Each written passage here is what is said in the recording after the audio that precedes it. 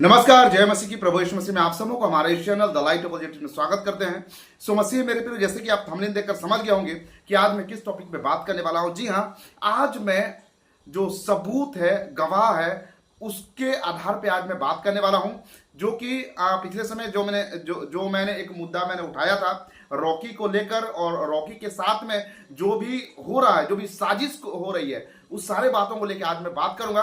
तो सभी बातों को रखने से पहले मैं उस न्यूज को आप लोगों के सामने मैं दिखाना चाहूंगा, जो न्यूज पेपर में आया हुआ है रॉकी को लेके, जो भी उनके साथ जो भी वारदात हुआ है, उनके पीछे जो भी साजिश हुई है, सभी बातों का जांच पड़ताल के साथ में, विथ एविडेंस के साथ जो न्यूज़पेपर में आया है, पहले उसको पढ़ते हैं, फिर हम आगे बात करेंगे।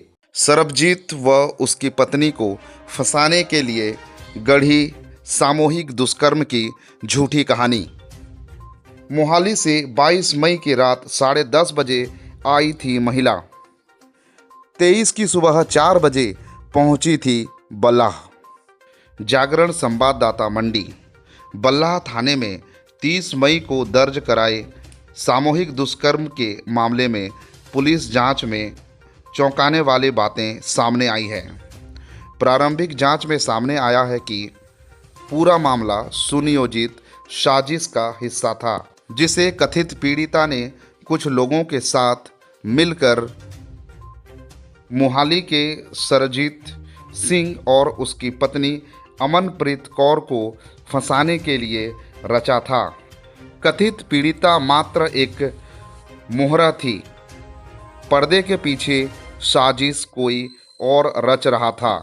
महिला को यह कहानी गढ़ने के बदले मोटी रकम देने का वादा किया था। पुलिस जांच। सीसीटीवी और मोबाइल फ़ोन लोकेशन से पता चला है कि आरोप लगाने वाली महिला 22 मई को रात करीब 10:30 बजे एक गाड़ी में मोहाली से निकली थी। वह 23 मई की सुबह करीब 4 बजे बल्लाह उपमंडल के एक होटल के पास देखी गई। 23 मई को दोपहर करीब 12:30 बजे उसकी मोबाइल फ़ोन लोकेशन पुरतपुर मोहाली 4 लेन पर नैना देवी चौक के पास पाई गई थी, यानी 8 घंटे बाद चंडीगढ़ लौट आई थी। अलग अलग सिम से की गई कॉल।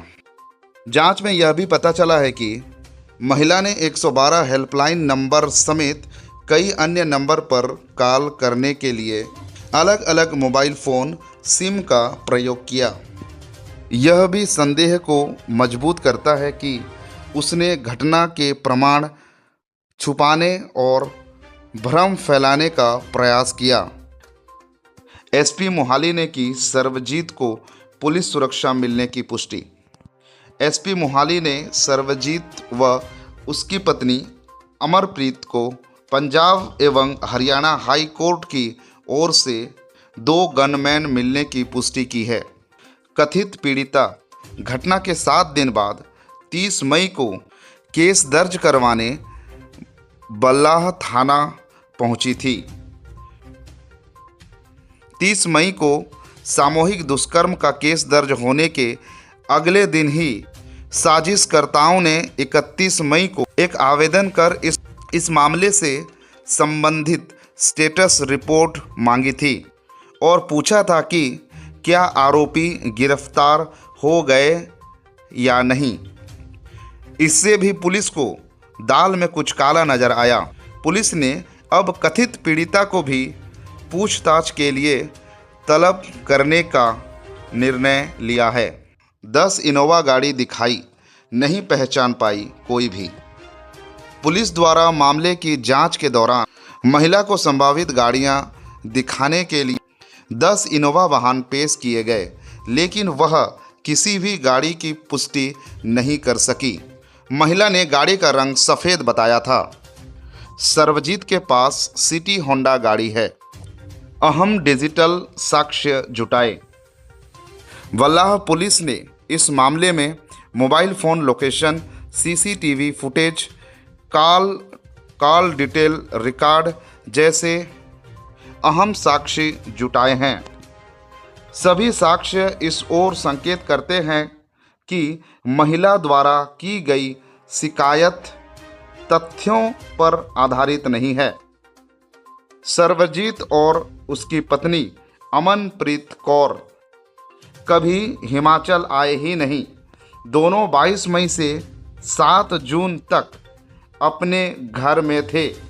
घर में लगे सीसीटीवी कैमरा की फुटेज सुरक्षा कर्मियों व आसपास के लोगों से पूछताछ में यह बात स्पष्ट हुई है। 22 मई को सर्वजीत ने एक प्रदर्शन में भाग लिया था। उसके सुरक्षा कर्मी भी साथ था। मसीह मेरे प्रियो, इन सभी बातों के पीछे किसी ना किसी एक व्यक्ति का साजिश तो जरूर है और ये साफ तौर पे उनके जो है सीसीटीवी फुटेज को खंगाले गए हैं। उनके जो भी आस पड़ोस में रहते हैं उनको देखा गया है और वो जो पीड़िता है उसको, जिसको कि कथा कथित पीड़िता कहा गया है, ठीक है, कथा कथित पीड़िता, क्योंकि वो सही रीति से अपने बातों को रख भी नहीं पाई है। तो बहुत सारे प्रूफ को ध्यान में रखते हुए और बहुत सारे एविडेंस को ध्यान में रखते हुए जो रॉकी और उसकी पत्नी को, उसकी वाइफ को जो है निर्दोष साबित यहां पर किया जा रहा है। और अगर रॉकी निर्दोष है तो उसके पीछे जो षड्यंत्र हो रहा है, जो साजिश हो रहा है और जो ये साजिश करवा रहा है, वो सबसे बड़ा गुनहगार है। अब वो कौन है, क्या है, उसकी पुष्टि तो मैं नहीं करूंगा, क्योंकि इस समय जो बवाल मचा हुआ है सोशल मीडिया के ऊपर में, जो लोग मेरे ऊपर आरोप लगा रहे हैं कि आप जो है ये कर रहे हो, वो कर रहे हो, इसलिए मैं खुलकर चीजों को नहीं कहूंगा। लेकिन रॉकी और उनकी वाइफ का खुलेआम ये कहना है कि ये सब कुछ जो है बजिंदर सिंह करवा रहा है। प्लानिंग ਦੇ ਪਿੱਛੇ ਕੌਣ ਮਾਸਟਰਮਾਈਂਡ ਫਿਰ? ਪਾਸਟਰ ਬਜਿੰਦਰ ਉਹਦੀ ਘਰ ਵਾਲੀ बजिंदर कर रहा 100 तो 200% है चीज है कि बजिंदर ही कर रहा, क्योंकि और अगर बजिंदर सिंह करवा रहा है तो उसके ऊपर भी जांच होगी, कड़ी जांच होगी और बजिंदर सिंह का जो मुसीबत है वो और भी ज्यादा बढ़ने वाला है। बहुत सारे लोगों ने मुझे कमेंट करके ये भी कहा कि रॉकी के साथ में अच्छा हुआ, क्योंकि रॉकी को बलात्कार के केस में वो फंसा हुआ है। लेकिन देखिए, जो सच्चाई है ना, सच्चाई सामने आकर ही रहती है। अगर बजिंदर सिंह, इसके पीछे बजिंदर सिंह का हाथ नहीं है तो प्रभु उसको बहुत आशीष प्रदान करे, और अगर इसके पीछे बजिंदर सिंह का हाथ है तो सोचिए कितना बड़ा एक खतरनाक साजिश यहां पर किया जा रहा है। तो मैं बाकी कुछ नहीं कहूंगा, आप सभी लोग चीजों को देखिए और समझिए, ठीक है। तो आने वाले दिनों में और भी खुलासा आएंगी, और भी बातें आएंगी। इसके पीछे किसका हाथ है, वो लड़की है कौन, वो लड़की अभी तक सामने नहीं आई है, ठीक है। उस लड़की का चेहरा, उस लड़की का जो है नाम अभी तक सामने नहीं आया है। आने वाले दिनों में अगर हमें कोई भी ऐसा सबूत मिलता है तो उसको भी लेकर हम आप लोगों के सामने में आएंगे, और इसके पीछे कौन सा मास्टरमाइंड है, कौन ये सब साजिश कर रहा है, विथ प्रूफ आने वाले दिनों में हम आप लोगों के सामने जरूर से रखेंगे। तो यहां पर यह बात तो साफ होता है कि रॉकी और उनकी जो पत्नी है वो बिल्कुल सरासर निर्दोष है। उनको यहां पर फंसाने का साजिश किया जा रहा है, और उनके फंसाए जाने में किसको बेनिफिट है ये तो आप सभी लोग जान ही सकते हैं। तो आज के लिए बस इतना ही, मिलते हैं अगले और नए वीडियो के साथ। तब तक के प्रभु आप सबका आशीर्वाद प्रदान करें। आप सबको नमस्कार, जय मसीह, praise the Lord, God bless you.